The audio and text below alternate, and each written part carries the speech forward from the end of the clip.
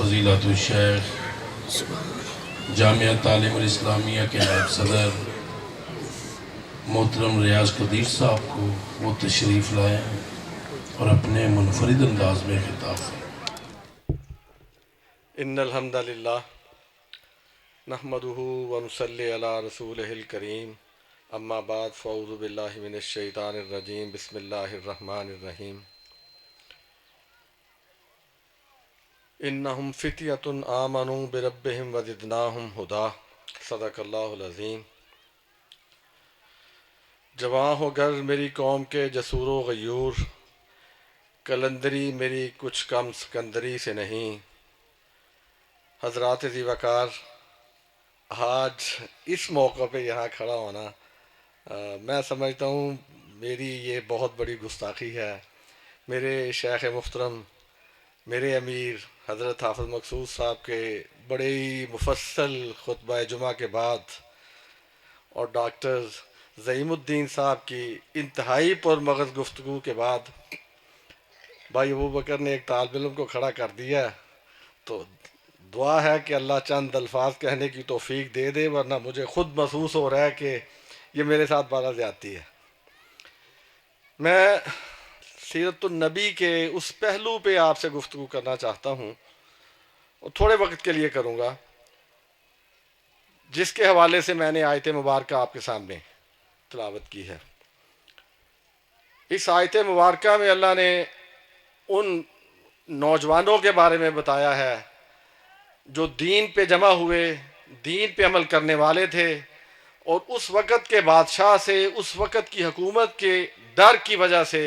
وہ غار میں چلے گئے، اور پھر اللہ نے ان کو ایک طویل نیند دی اور ان کی ہدایت میں اللہ نے انتہائی اضافہ فرما دیا، اور ان کے اس واقعے کو رہتی دنیا تک کے لیے قرآن مجید کی آیات میں شامل کر کے ایک مثال کے طور پہ زندہ کر دیا۔ آج اس ملک میں بھی اگر انقلاب آ سکتا ہے، اگر تبدیلی آ سکتی ہے، تو اس کی بنیاد سیرت النبی بنے گی، سیرت النبی پہ عمل بنے گا۔ حضور اکرم صلی اللہ علیہ وسلم کی زندگی کے تمام جو احکامات ہیں، آپ کے معمولات ہیں، آپ کی زندگی کے تمام جو حصے ہیں، ان سب پہ عمل ہوگا، تب ہی اس ملک میں تبدیلی آئے گی۔ یہاں بات آگے بڑھانے سے قبل ایک بات میں اعلان یا ببانگ دہل کہنا چاہتا ہوں کہ یہ پاکستان جب وجود میں آیا تو اس کی صرف ایک وجہ تھی کہ اس وقت جو یہ ایک نعرہ گونجا تھا پورے برصغیر میں کہ پاکستان کا مطلب کیا؟ لا الہ الا اللہ محمد الرسول اللہ۔ اگر یہ نعرہ نہ ہوتا، اگر یہ کلمہ نہ ہوتا تو ہرگز پاکستان وجود میں نہ آتا۔ پاکستان بنایا ہی اس لیے گیا تھا کہ یہاں اعلی کلمت اللہ ہوگا، یہاں احیاء دین ہوگا، یہاں آپ صلی اللہ علیہ وسلم کی تعلیمات پہ عمل ہوگا، اور مسلمان وہ قرون اولیٰ کے مثالیں پیش کریں گے جو ہم آج بھی سنتے ہیں اور سر دھنتے ہیں۔ حضرات، آج بھی اس ملک میں پاکستانی نہیں رہتے اور مسلمان ہم نام کے رہ چکے۔ آج بھی یہاں ہمیں سندھو ہونے پہ فخر، ہمیں بلوچ ہونے پہ فخر، ہمیں پختون ہونے پہ فخر، اور اب معذرت کے ساتھ ہم پنجابی ہونے پہ بھی ہمیں فخر محسوس ہونے لگا ہے، جو ہمارے لیے انتہائی پریشانے والی بات ہے۔ تو اس چیز کو روکا کیسے جا سکتا ہے؟ روکنے کا صرف ایک ہی طریقہ ہے کہ تحریک پاکستان کا جو نعرہ تھا لا الہ الا اللہ، پاکستان کا مطلب کیا؟ لا الہ الا اللہ، اسی کلمے کی طرف رجوع کیا جائے اور اسی کلمے کی تعلیمات پہ عمل کیا جائے۔ جیسے ابھی ڈاکٹر صاحب نے بڑی ہی تفصیل سے یہ ساری گفتگو آپ کے سامنے رکھی ہے، اور میں بحیثیت ایک انسان کے اللہ کی قسم یہ سمجھتا ہوں کہ ہم اہل حدیث ہی اگر صحیح مسلمان بن جائیں، صحیح سیرت النبی پہ عمل کرنے والے بن جائیں، صحیح اسلام کے احکامات پر عمل کرنے والے بن جائیں، تو اس ملک کو ایک اسلامی ملک بنانے سے دنیا کی کوئی طاقت نہیں روک سکتی۔ یہ ممکن ہی نہیں ہے کہ اس ملک کے 1.5-2 کروڑ اہل حدیث صحیح مسلمان ہوں، صحیح اسلام کی تعلیمات پر عمل کرنے والے ہوں۔ تو اسلام کی تعلیمات میں اللہ نے اتنی طاقت رکھی ہوئی ہے کہ ہمیں دیکھ کر انشاءاللہ یہ پورا معاشرہ تبدیل ہوگا، اور اس کے لیے ابتدا جو کرنی ہوگی وہ نوجوانوں کو کرنی ہوگی۔ میں بھی اب ڈھیڑ عمری میں آ چکا ہوں، میرے کچھ بزرگ بھی بیٹھے ہوئے ہیں، ہم اپنی زندگی کا وہ حصہ گزار چکے جس میں ہم بہت کچھ کر سکتے تھے۔ اب جب بھی اس ملک میں انقلاب آئے گا وہ نوجوانوں کے ذریعے آئے گا، اور یہ صرف پاکستان میں نہیں، یہاں آئندہ نہیں، ہمیں ماضی کی تاریخ بھی بتاتی ہے۔ آپ انبیاء کی تاریخ کو پڑھ کے دیکھ لیں، حضرت ابراہیم علیہ السلام کی سیرت کو پڑھیں، جب انہوں نے نمرود کا انکار کیا، جب انہوں نے بتوں کو گرایا، تو اس وقت تک وہ نوخیز ایک نوجوان تھے۔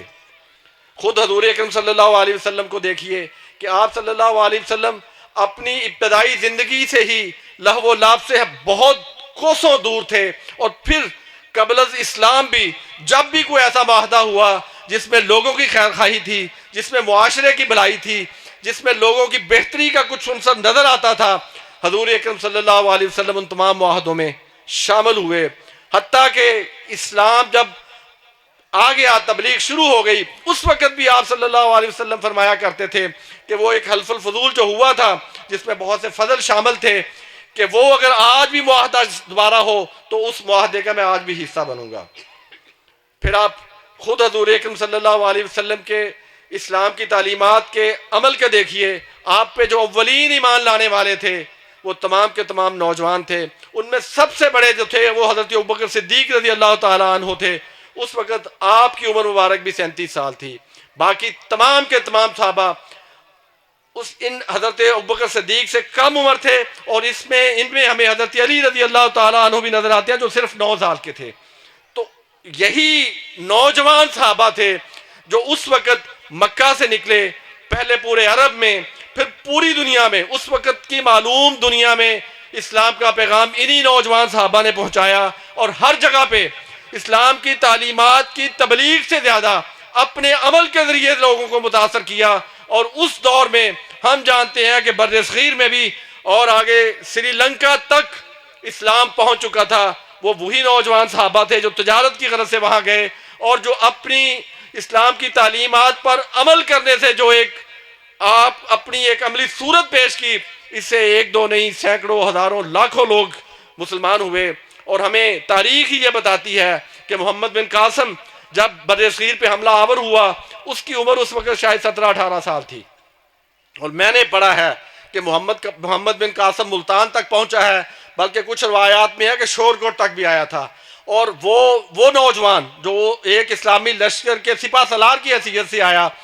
جہاں جہاں وہ فتح یاب ہوتے چلے گئے، وہاں وہاں اسلامی نظام کا نفاذ ہوتا چلا گیا۔ اور اگرچہ بحیثیت مسلمان ہم اس کو کنڈم کرتے ہیں، یہ ہمارے لیے انتہائی بری صورتحال ہے، ہم اس کو انتہائی بدترین سمجھتے ہیں، لیکن تاریخ بتاتی ہے کہ جب محمد بن قاسم واپس چلا گیا تو ان لوگوں کے، ان علاقوں کے ہندوؤں نے محمد بن قاسم کے مجسمے بنائے اور اس کی پوجا کرتے رہے، اس کے اسلام کی تعلیمات پہ عمل کی وجہ سے اور لوگوں کو انصاف دینے کی وجہ سے۔ تو میں اپنے نوجوان ساتھیوں سے، نوجوان دوستوں سے یہ کہوں گا کہ صرف دعوے کر لینے سے، صرف باتیں سن لینے سے تبدیلی نہیں آئے گی۔ تبدیلی اس وقت آئے گی، اسلامی نظام کا نفاذ اس وقت ممکن ہوگا جب ہم میں سے ہر ایک فرد یہ تہیہ کرے گا کہ میں اپنی ذات پہ اسلامی نظام کو نافذ کروں گا، میں اپنی شکل و صورت پہ اسلام کو نافذ کروں گا، میں اپنے کاروبار پہ اسلامی نظام کو نافذ کروں گا، میں اپنے رشتہ دار احباب کے ساتھ تعلق میں اسلام کے نظام کو نافذ کروں گا۔ اور میں اللہ کی قسم اٹھا کے کہتا ہوں کہ آپ اس گاؤں سے تجربہ شروع کریں۔ آج بھی اللہ کا شکر الحمدللہ یہ گاؤں پورے ملک میں ایک مثال ہے، اور میں ذاتی طور پہ جانتا ہوں یہاں بہت بڑے جو اختلافات تھے، جھگڑے تھے، وہ ہماری شریعت نے، ہمارے علماء نے بیٹھ کے حل کیے، لیکن اب ضرورت شاید اس سے بھی آگے کی ہے، چونکہ جیسے جیسے الحاد اور کفر بڑھ رہا ہے ویسے ویسے اسلامی تعلیمات پر عمل بڑھانے کی بھی ضرورت ہے۔ تو اس میں نوجوان سب سے ماڈل مثالی کردار ادا کر سکتے ہیں۔ اپنے آپ کو ایک ماڈل بنا کے پیش کریں، آپ کو دیکھنے والے، آپ کے ساتھ زندگی گزارنے والے، آپ کے ساتھ ملنے برتنے والے، آپ خواہ طالب علم ہوں، آپ خواہ تاجر ہوں، آپ خواہ کسان ہوں، آپ زندگی کے جس شعبے میں بھی ہو، جب آپ اسلامی نظام پہ، اسلامی تعلیمات پہ عمل کریں گے تو آپ ایک مثالی انسان بنتے چلے جائیں گے۔ میں انتہائی ایک ادنا سا مسلمان ہوں، لیکن میں اللہ کی قسم اٹھا کے کہتا ہوں کہ اپنی عملی زندگی میں، اپنی ملازمت کے حوالے سے میں جہاں جہاں رہا اللہ کا شکر ہے ہر جگہ پہ کامیابی نے میرے قدم چومے ہیں. آپ کہیں بھی چلی جائیں، سرگودا میں، میاں والی میں، ٹوبہ میں، میرے بارے میں پوچھیں گے انشاءاللہ لوگ تعریف کریں گے. اور اللہ کی قسم یہ تعریف میری نہیں ہے، اسلامی تعلیمات کی ہے. میں نے کوشش کی ہے کہ میں لوگوں کے ساتھ وہ برتاؤ اختیار کروں جو مجھے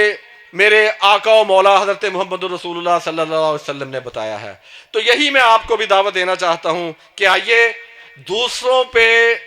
ذمہ داریاں ڈالنے کی بجائے اپنے آپ میں تبدیلی لے کے آئیں. تو انشاءاللہ یہاں بھی معاشرے میں بہتری آئے گی، ہمارے عزت و وقار میں اضافہ بھی ہوگا، اور یہاں کی کامیابیوں کے ساتھ ساتھ انشاءاللہ کل اللہ کی جنتوں کے بھی حقدار ہوں گے. اور میری یہ دعا ہے کہ ہم سب کو اللہ یہ توفیق دے کہ ہم صرف دعوے کرنے کی بجائے عملی طور پہ مسلمان بنیں، اسلامی تعلیمات پہ عمل کریں، اور لوگوں کے لیے مثال بن کے اس پاکستان میں تبدیلی کا باعث بنیں. وما علینا الا البلاغ المبین.